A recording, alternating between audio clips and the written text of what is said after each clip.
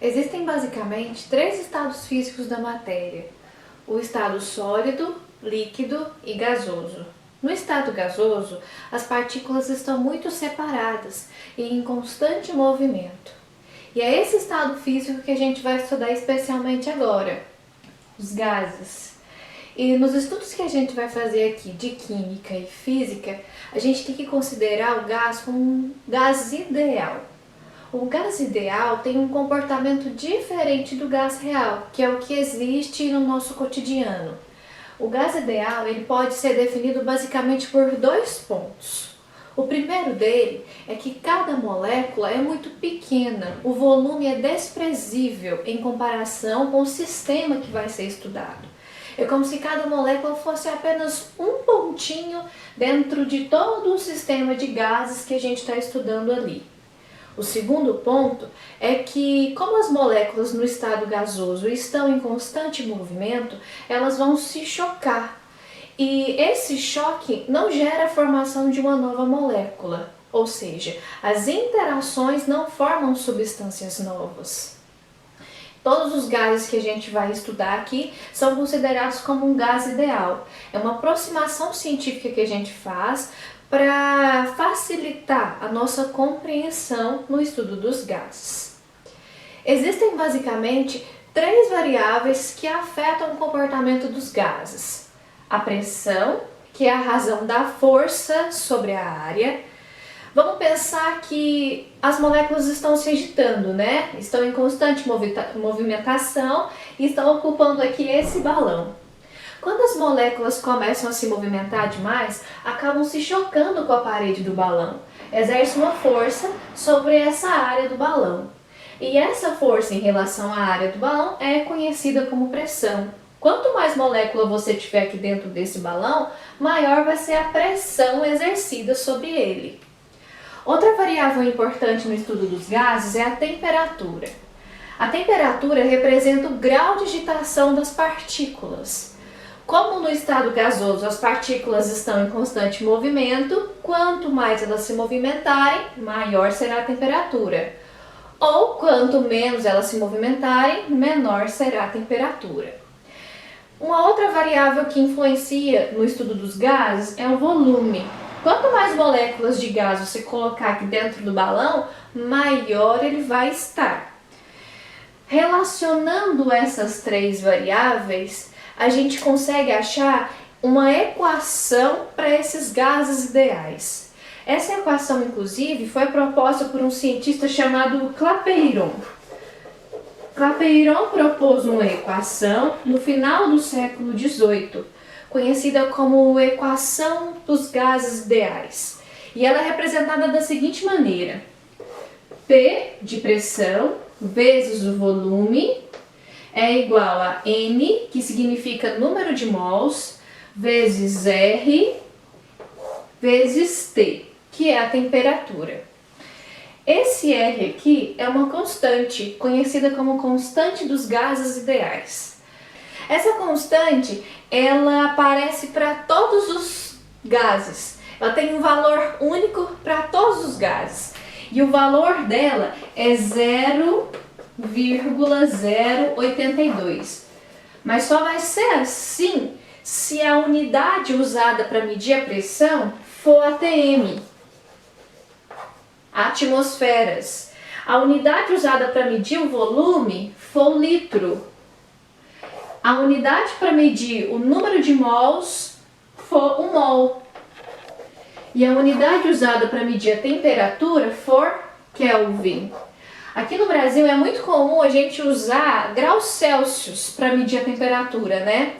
Pois é. Então, quando a gente estiver estudando um gás, a gente vai ter que transformar essa temperatura de graus Celsius para Kelvin. Mas isso é muito fácil, porque basta adicionar 273 à temperatura em Celsius que você vai encontrar a temperatura em Kelvin, ok? Vamos fazer um exemplo? Então vamos lá. Gases ideais são aqueles nos quais as interações entre átomos, íons ou moléculas em suas constituições são desprezadas. E esse comportamento se intensifica em pressões baixas. Na descrição desses gases, a equação de estado para gases perfeitos é a mais adequada. Considere uma quantidade de matéria de 2,5 mols de um gás de comportamento ideal que ocupa um volume de 50 litros, a pressão de 1.246 milímetros de mercúrio. A temperatura desse gás nas condições citadas será de... Primeira coisa que a gente fez foi retirar os dados do exercício, né? A gente tem o número de mols, que corresponde àquele N lá da fórmula de Clapeyron, 50 litros, que corresponde ao volume, 1.246 milímetros de mercúrio. Isso daqui, gente, é referente à pressão. Ela tá aparecendo um pouquinho diferente aqui. A pressão que a gente viu na explicação foi dada em ATM. Aqui ela aparece em milímetros de mercúrio. A gente pode fazer uma relação, que é a seguinte: 760 milímetros de mercúrio correspondem a 1 ATM. A partir dessa relação, a gente pode converter a pressão em milímetros de mercúrio para ATM ou o contrário. Quando a gente se depara com essa medida, com essa unidade de pressão diferente, a gente vai fazer a conversão ou a gente vai usar um outro valor para o R, que também foi fornecido aí no exercício, que é o seguinte: 62,3. Então aqui o valor do R mudou, porque a pressão não está mais em ATM, sim em milímetros de mercúrio. Então a gente vai usar um outro valor para o R, ok? Vamos lá, a equação de Clapeyron é a seguinte: PV é igual a nRT. Não esquece daquele segredinho que eu te contei para poder lembrar melhor, hein?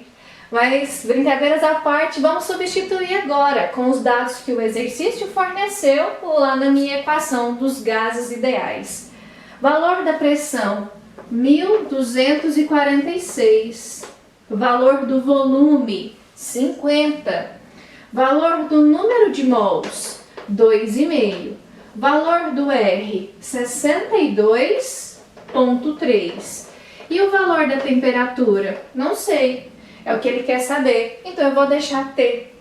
Agora é simples, basta fazer as multiplicações aqui para achar o resultado. 1.246 vezes 50 dá 62.300.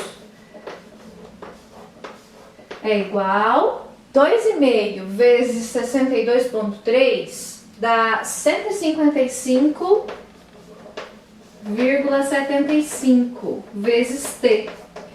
Agora ficou fácil, né? Basta a gente isolar o T, o número que está multiplicando passa para o lado de lá da igualdade, só que passa dividindo. Então a gente vai ter 62.300 dividido por 155,75. Esse aqui vai ser o valor do T, valor da temperatura. Resultado dessa divisão, 400.